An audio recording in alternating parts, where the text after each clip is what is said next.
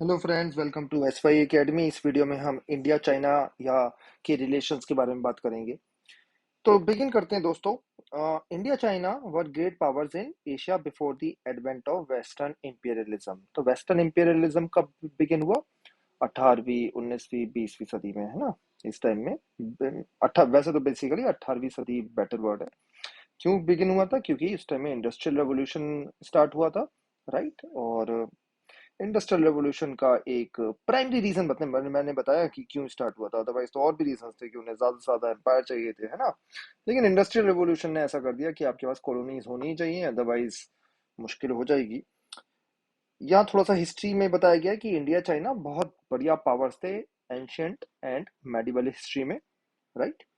China had considerable influence and control on the periphery of its borders based on its unique tributary system। China इसमें बहुत lucky है। उसकी सारी नदियां जो हैं वो अपर स्ट्रीम में और लोअर स्ट्रीम में दूसरे कंट्रीज में। अपर स्ट्रीम का मतलब है कि चाइना से नदियां निकलती हैं, लोअर स्ट्रीम में जाती हैं इंडिया में, बांग्लादेश में, म्यांमार में, ये सब जो साउथ ईस्ट एशिया के नेशंस हो गए इनमें, और भी बाकी नेशंस में। तो चाइना के पास ग्रेट कंट्रोल क्या है कि उनकी नदी रोक सकता है, तो आज भी एक ग्रेट पावर है। और चाइना की लोकेशन भी काफी बढ़िया है। At different times in China's long history of dynastic rule, Mongolia, Korea, parts of Indo China and Tibet accepted China's authority. China में काफी रूलर्स आए हिस्ट्री में, वो हम यहाँ पे डिस्कस नहीं करेंगे, लेकिन उनका टेरिटरी जो थी वो इन सब कंट्रीज में रही थी। मेरा एक क्वेश्चन है यहाँ पे, इंडो चाइना का मतलब क्या है?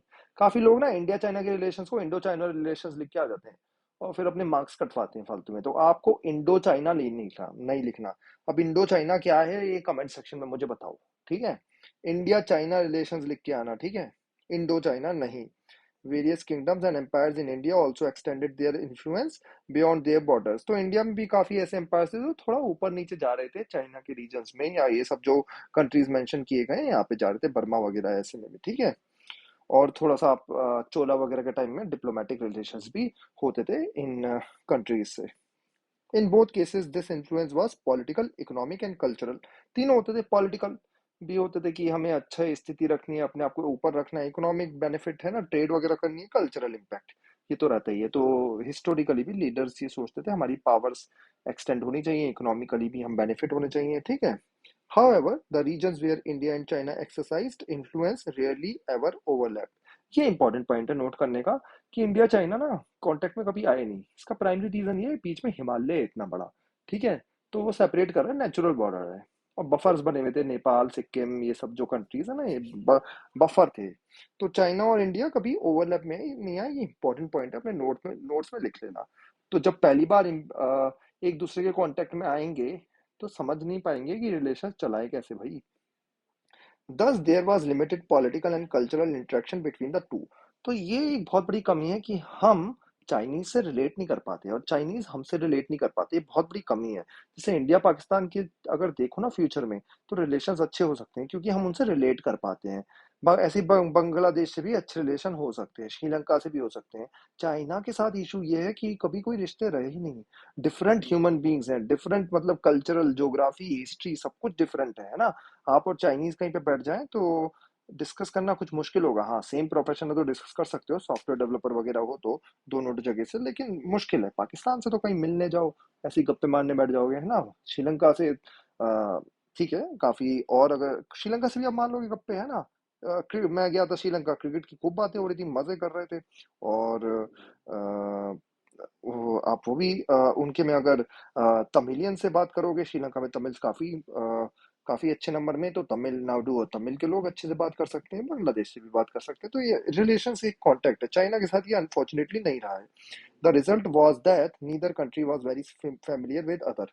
तो हम फैमिलियर ही नहीं है। हमें आपसे पूछा था चाइना इसका कल्चर क्या है, कोई कोई लोग तो ऐसे बोलते हैं वो सांप बिच्छू खाते हैं, वो कीड़े मकोड़े खाते हैं, कुछ लोग तो ऐसे बोलते हैं चाइना के बारे में, है ना।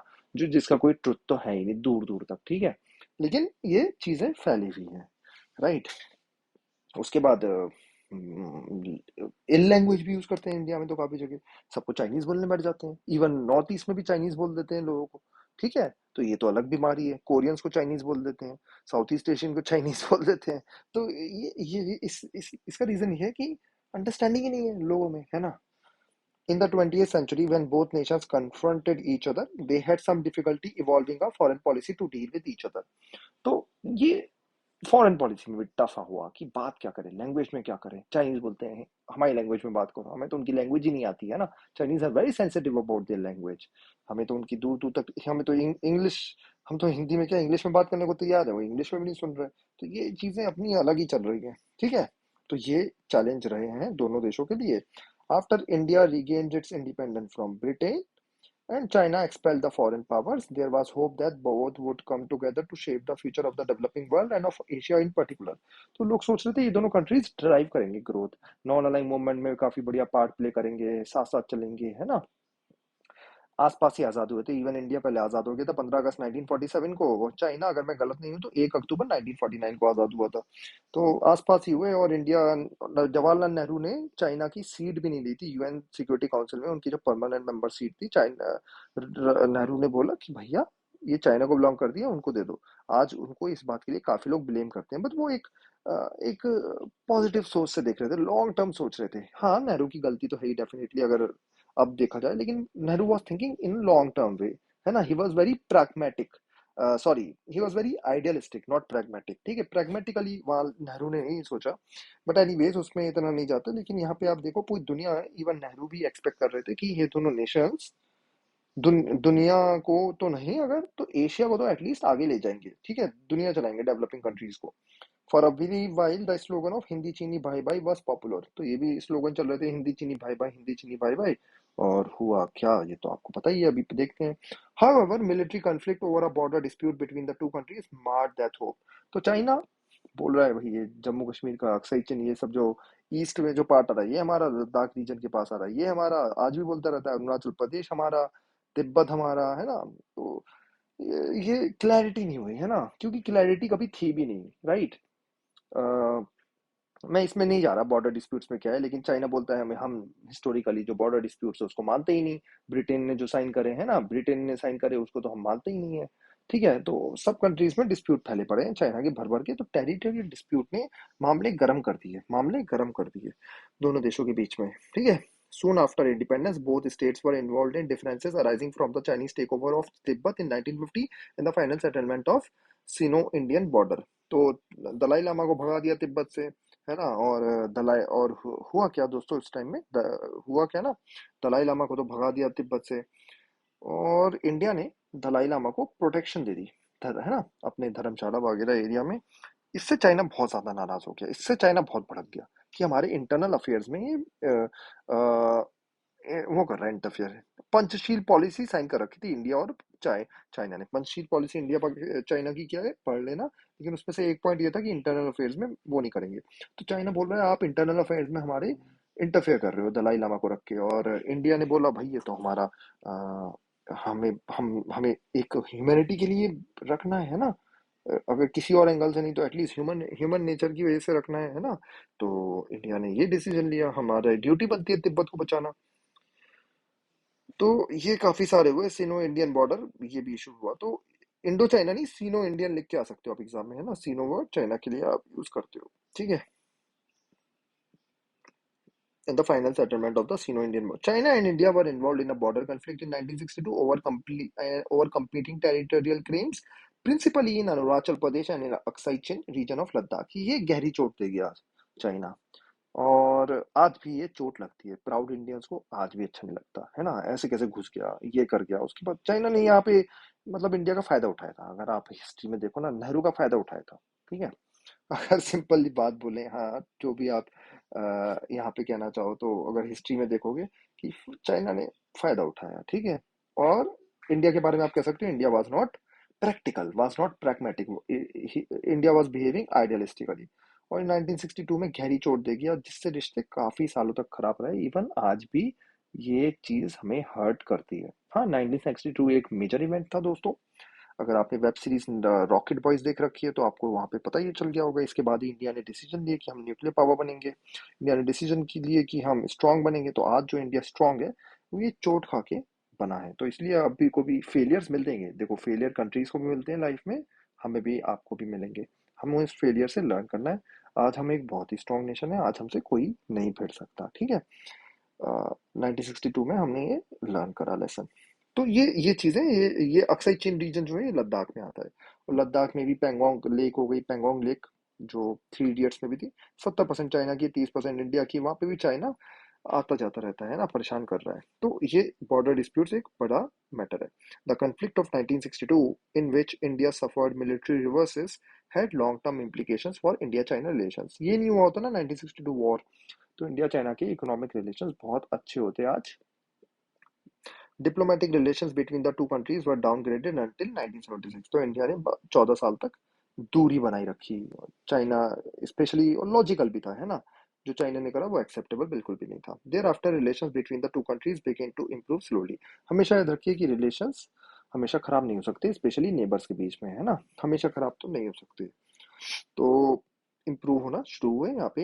इंदिरा गांधी ने पहल की, है ना। फिर आगे की गवर्नमेंट्स भी करेंगी। After the change in चाइना's political leadership from the mid to 1970s, China policy became more pragmatic and less ideological। तो चाइना अपनी वो जो कट्टर पॉलिटी थी ना, जो माओ की, वो इसने छोड़ना शुरू कर दी। मैंने लास्ट लेक्चर में आपको समझा दिया है। डैंग जियाओपिंग आए, उन्होंने बोला हमें हमें हमें अपना फायदा करना है, पैसे कमाने हैं हमें, लड़ाई वड़ाई से हमारा कोई फायदा नहीं। तो ठीक है, तो इंडिया एक पोटेंशियल कंट्री था, राइट। उन्होंने इंडिया क्या, उन्होंने तो यूनाइटेड स्टेट्स से अच्छे रिश्ते कर लिए, पूरी दुनिया में सबसे अच्छे रिश्ते करे, ठीक है। China's policy became more pragmatic and less ideological, so it was prepared to put off the settlement of contention issues while improving relations with India। तो इसने बोला चलो ये issues को हम डिस्कस करते रहेंगे, अभी रिलेशन सुधारते हैं। A series of talks to resolve the border issue was also initiated in 1981। तो काफी सारी टॉक्स वगैरह शुरू हुई कि हाँ कैसे हम रिश्ते सुधारें, दोनों कंट्रीज के ट्रेड को बढ़ाते हैं, दोनों के देशों के नागरिकों का फायदा करते हैं। तो चाइनीज प्रेसिडेंट जी जिनपिंग, ठीक है, he paid a visit to India in 2019। Mamallapuram में गए थे, महाबलीपुरम, ठीक है, बहुत पॉपुलर जगह है पल्लवास के लिए, है ना। वहां पे हुई थी मीटिंग। ऐसे prime minister Narendra Modi China में गए थे 2018 में। ऐसे काफी सारी विजिट्स हुई हैं और दोनों ने काफी एग्रीमेंट साइन करे। ये एग्रीमेंट में क्या क्या साइन हुआ है, ये यूपीएससी के स्टूडेंट अपने नोट्स बना ले। और मैं सजेस्ट करूंगा 12th क्लास के स्टूडेंट भी बना ले, बेटर रहेगा, आंसर सॉलिड होगा थोड़ा आपका। Since the end of the Cold War, there have been significant changes in India-China relation। तो कोल्ड वॉर खत्म हुई, इंडिया चाइना के रिलेशंस काफी चेंज हुए। Their relation now have a strategic as well as an economic dimension। तो याद रखिए कि इंडिया चाइना हमेशा वॉर करने से पहले 100 बार सोचेगा, क्योंकि इकोनॉमिकली उसका बहुत लॉस होगा, ठीक है। तो क्योंकि इंडिया में काफी प्रोडक्ट्स चाइना से आते हैं। Both view themselves as rising powers in global politics and both would like to a major role in Asian economy and politics। तो काफी जगह चाइना इंडिया समझते हैं कि जहाँ पे ये जो कंट्रीज है western nation such as US and European Union आगे आ रहे हैं, जैसे डब्ल्यूटीओ हो गया, जैसे ग्रीन एनर्जी की बात हो गई, जैसे पॉल्यूशन की बात हो गई, इन सब चीजों में ना इनकी इन सब चीजों में इंडिया चाइना साथ साथ रहते हैं। तो हमेशा एक आंसर प्रिपेयर करना दोस्तों। ये आई हो गया, ये सी हो गया, ये यहाँ पे लिखना डी में डिफरेंसेस क्या क्या है। डिफरेंसेस क्या क्या है, जैसे टेरिटोरियल डिस्प्यूट है ना, पाकिस्तान का मैटर है, टेररिज्म का मैटर है ना, वहां पे वीटो करता रहता है पाकिस्तान चाइना। ये तो डिफरेंसेस हैं, लेकिन इंडिया चाइना की काफी जगह सिमिलरिटीज भी हैं। एस जैसे जैसे काफी बार आपने देखा होगा डब्ल्यूटीओ में दोनों साथ साथ एक ही वॉइस में बोलते हैं, अमेरिका वेस्टर्न नेशंस के अगेंस्ट बोलते हैं कि डेवलपिंग कंट्रीज के बेनिफिशियल के बारे में सोचना चाहिए। उसके बाद एक ग्रीन एनर्जी की जैसे बात हो गई है ना, यहाँ पे दोनों साथ साथ चलते हैं कि अभी पॉल्यूशन जो है वो वेस्टर्न नेशंस को पहले कंट्रोल करना है, हम हमें थोड़ा टाइम मिलना चाहिए डेवलप होने के लिए। तो ये सब, तो ये याद रखिए कि इंडिया चाइना के कंप्लीटली डिफरेंसेस नहीं, सिमिलरिटीज भी हैं। तो एक बहुत अच्छा क्वेश्चन बन सकता है कि कहाँ कहाँ सिमिलरिटीज है, कहाँ कहाँ डिफरेंसेस है, ये आपको आंसर प्रिपेयर करना है, ठीक है। Some people say Chinese products are going to flood our market, but where are they. तो हमारे मार्केट में इसका तो आंसर बहुत ही सिंपल है। आप जो भी चीज़ देख लो, मार्केट जाओ, जो भी चीज़ देख लो, सब में मेड इन चाइना ही लिखा होता है, या अमेजोन खोल के देख लो, तो ऑलमोस्ट सब कुछ ही मेड इन चाइना है। और चाइना की सक्सेस मैं आपको लास्ट लेक्चर में बता ही चुका हूँ, इसमें मैं यहाँ डिस्कस नहीं करूंगा। तो राजीव गांधी ने चाइना में विजिट पे करी थी 1988 में, इससे काफ़ी ज़्यादा रिश्ते इंडिया और चाइना के इम्प्रूव हुए थे। Since then, both governments have taken measures to contain conflict and maintain peace and tranquility on the border। Peace रखो, है ना, इकोनॉमी पे ध्यान दो। They have also signed agreements on cultural exchanges and cooperation in science and technology and opened 4 border posts for trade। तो trade भी चल रही है। और आपको पता होगा इंडिया चाइना जो है बॉर्डर शेयर करते हैं। मेरे को कमेंट सेक्शन में बताइए कि कौन कौन से इंडिया के स्टेट्स चाइना के साथ बॉर्डर शेयर करते हैं। बहुत ही इंटरेस्टिंग क्वेश्चन है, आंसर देना आसान नहीं है। With India China trade growing at 30% per year since 1999।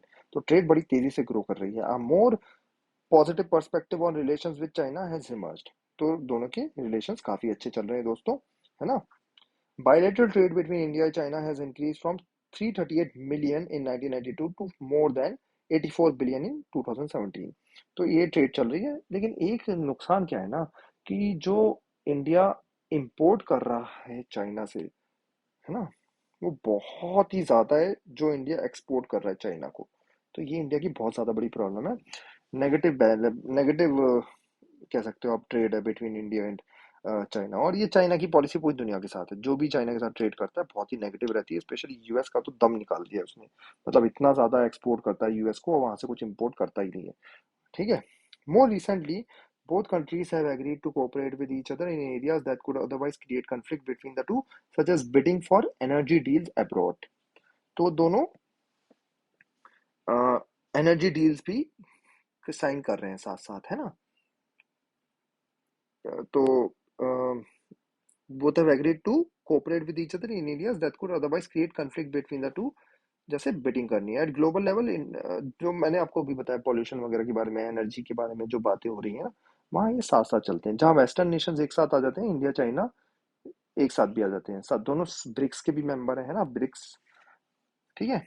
At global level, India and China have adopted similar policies in international economic institutions such as World Trade Organization। हमेशा आपको दिखेगा world trade organisation में India China साथ साथ है।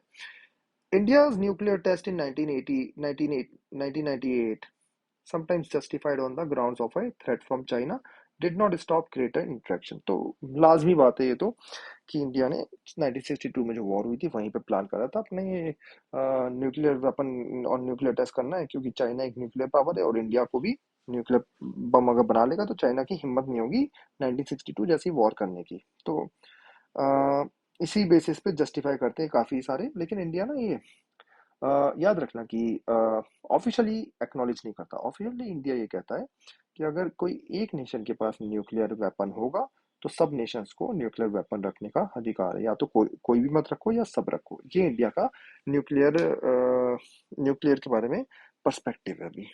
It is true that China was seen as a contributing to the buildup of Pakistan nuclear program. तो China ने जो एक इंडिया चाइना के रिलेशंस जहाँ बिल्कुल ही खराब हो जाती है ना, वो ये है कि चाइना पाकिस्तान की टेररिज्म में बड़ी हेल्प करता है। और इसलिए करता है वो जिससे प्रेशर बना रहा है इंडिया पे, है ना, दबा के रखते हैं। तो ये दोनों साथ में दबा के रखते हैं। इंडिया का एक फेयर भी है कि चाइना और पाकिस्तान साथ में अटैक ना करें इंडिया पे, है ना। लेकिन आप ये याद रखिए, India is a very strong country now, in very very strong military. बस की नहीं है, अगर तो क्या ऐसे चार पांच भी और आ जाए ना, हाँ इंडिया में नुकसान होगा, पर अच्छा खासा नुकसान इंडिया बाकी कंट्रीज को भी कर देगा। ठीक है। तो ये फिर आप अपने मन में मत रखना, ये जो फैलते हैं ना कि चाइना पाकिस्तान दोनों अटैक कर देंगे इंडिया पे, ऐसे 50 कंट्री भी अटैक कर दें मैं और अगर बढ़ा के, तो भी इंडिया काफी ज्यादा स्ट्रांग है, काफी ज्यादा स्ट्रांग है। ठीक है। Thanks to thanks to our work जो हमने करा है इतने सालों में, है ना, काफी चीजें हमने पॉजिटिव भी करी है। It is true that China was seen as contributing to the nuclear program of Pakistan. China's military relations with Bangladesh and Myanmar were viewed as hostile to Indian interest in South Asia। तो China ने military relations भी बढ़ाए हैं Myanmar और बांग्लादेश से, थोड़ा सा negatively चीजें देखी गई हैं, है ना। काफी बार देखा गया है कि इंडिया के अगेंस्ट चाइना एक्ट कर रहा होता है। काफी सारे जो पोर्ट्स हैं इंडिया के आसपास पर्ल ऑफ स्ट्रिंग्स बना दिया है ना, श्रीलंका में, बांग्लादेश में, म्यांमार में, मालदीव्स में, इन सब जगह पे पोर्ट्स पे कब्जा कर रखा है चाइना ने, पाकिस्तान में। तो इंडिया को घेर रखा है चाइना ने, तो इंडिया को ये सब चीजें पसंद नहीं आती। However, none of these issues is likely to lead to conflict between the two। But ऐसा लगता है कि इन सबसे कन्फ्लिक्ट होगा नहीं। कन्फ्लिक्ट होने का जो सबसे बड़ा रीजन है वो ये जो अरुणाचल प्रदेश और जम्मू कश्मीर तो नहीं, लद्दाख के जो रीजन है ना, इनमें जो बॉर्डर कन्फ्लिक्ट है वो एक काफी एक ट्रिकी मैटर बन गया है, जिसको सॉल्व करना होगा इंडिया और चाइना को। और उसके बाद आइडियोलॉजिकल चीजें भी अलग अलग हैं, जैसे पाकिस्तान को बैक करता रहता है चाइना, और यूनाइटेड सिक्योरिटी काउंसिल में परमानेंट मेंबर है तो वीटो कर देता है इंडिया। इंडिया को जब वीटो जो कर देता है, वीटो का मतलब है कि कुछ कह ही नहीं सकते, है ना। तो वो भी चीजें हो रही हैं। One sign of this is that talks to resolve the boundary question have continued without interruption and military to military cooperation is increasing. तो इंडिया चाइना साथ साथ में ना वो भी करते हैं मिलिट्री एक्सरसाइजेस और हमेशा ट्राई करते हैं कि ये जो बॉर्डर क्वेश्चन है इसको रिजॉल्व कर लिया जाए, है ना, मीटिंग्स में, through meetings. Indian and Chinese leaders and officials visit Beijing and new Delhi with greater frequency. तो हेड ऑफ स्टेट अगर नहीं जा रहे तो कोई ना कोई एम्बेसडर वगैरह, मिनिस्टर वगैरह, मिलिट्री जनरल्स वगैरह वो सब जाते रहते हैं वहाँ। Increasing transportation and communication links, common economic interest, and global concerns should help establish a more positive and sound relationship between the two most populous countries of the world. तो China most popular, second number पे India आता है। और देखो transportation हमारी बहुत बढ़ गई है, बहुत फ्लाइट जाती हैं दोनों नेशंस के बीच में, है ना। पढ़ाई करने भी जाते हैं इंडिया के स्टूडेंट्स काफ़ी सारे। कम्युनिकेशन लिंक्स काफ़ी स्ट्रांग है। उसके बाद इकोनॉमिक इंटरेस्ट काफ़ी हमारे सेम ही है ऑलमोस्ट, है ना। हमें वेस्ट से भी बचना है। और ग्लोबल कंसर्न्स वहाँ पे भी हमारे इंटरेस्ट ऑलमोस्ट सेम है, एनर्जी को लेके या ट्रेड को लेके। तो इससे हमारे रिलेशंस अच्छे ही होने चाहिए, है ना। ये एक्सपेक्टेशन है, ये right. Recently the relation between the two countries has taken a down slide. तो लेकिन unfortunately specially last 5 to 10 years में रिलेशंस काफ़ी थोड़े से ट्रिकी हुए हैं, स्पेशली जब से मतलब इंडिया की स्ट्रांग लीडरशिप देखते हैं कि 2014 के बाद जो गवर्नमेंट इंडिया में आई है उसके बाद से रिलेशंस थोड़े से ट्रिकी हुए हैं। उससे पहले भी इन मामलों में थोड़ा सा टफ ही था। जैसे चाइना पाकिस्तान इकोनॉमिक कॉरिडोर, अब ये ना belt and road road initiative है, हो क्या रहा है कि रोड बना रहा है। कौन? चाइना। चाइना का मैंने बता रखा है आपको लास्ट लेक्चर में कि वेस्ट रीजन जो है वो ज्यादा डेवलप नहीं है। तो उस वेस्ट रीजन को डेवलप करने के लिए वो रोड बना रहा है, वो रोड जा रही है पाकिस्तान से होते हुए। अब इंडिया की प्रॉब्लम क्या है कि वो रोड पाकिस्तान ऑक्यूपाइड कश्मीर से भी होते हुए जा रही है। तो इंडिया तो बोल रहे है तो हमारा एरिया है, हमारे एरिया से आप रोड क्यों बना रहे हो चाइना को, ये बोलता है इंडिया। तो ये कन्फ्लिक्ट बन गया है और चाइना बोलता है वो आपका रीजन है ही नहीं, वो तो पाकिस्तान का है ना। तो ये एक बहुत बड़ा कन्फ्लिक्ट हो गया, बहुत बड़ा इशू हो गया। इसी को चाइना पाकिस्तान इकोनॉमिक कॉरिडोर बोल रहे हैं, जो मैं आपको रोड बता रहा हूँ, है ना। China suppose to Pakistan in UN against India's move to counter terrorism. जब भी इंडिया कोई बात लेके जाता है यूनाइटेड नेशंस में कि ये टेररिस्ट है, वो है, ये वो है ना, या FATF financial action task force में कुछ लेके जाता है तो चाइना जो है उसको वीटो कर देता है। ये इंडिया का एक और बहुत बड़ा कंसर्न है। ये रिसेंटली भी हुआ है और हो रहा है काफी ज्यादा ही। तो ये कुछ फैक्टर्स हैं जिससे इंडिया और चाइना के रिलेशंस थोड़े से अच्छे नहीं चल रहे। और आपको रिसेंटली पता होगा कि गलवान वैली में लड़ाई हुई, ये भी आप नोट्स में मेंशन कर देना। और पेंगोंग लेक में हो रहा है कुछ। अगर मेरे यूपीएससी के स्टूडेंट हैं जो देख रहे हैं वीडियो, वो फिंगर्स वगैरह मेंशन कर दें और थोड़ा डायग्राम बना के आओ। डायग्राम तो 12th के स्टूडेंट बाकी सब भी बना के आना कि इन इन रीजन में हमारे कन्फ्लिक्ट है। ठीक है। काफी सारे रीजन्स तो सीओ के हैं, चाइना ऑक्यूपाइड कश्मीर। ठीक है, इंडिया की टेरिटरी पे चाइना ने कब्जा कर रखा है। ये लद्दाख के रीजन्स और कश्मीर के अंदर के रीजन्स हैं। ठीक है। तो वो भी कन्फ्लिक्ट के रीजन है। तो ये चीजें हुई। आई होप आपको चीजें क्लियर हो गई होंगी। एज स्टूडेंट पॉजिटिव नेगेटिव दोनों चीजें लिखना और आंसर आपका फेवर इंडिया के होना चाहिए क्योंकि आप इंडिया के लिए पेपर दे रहे हो। ठीक है। तो दैट्स ऑल, थैंक यू।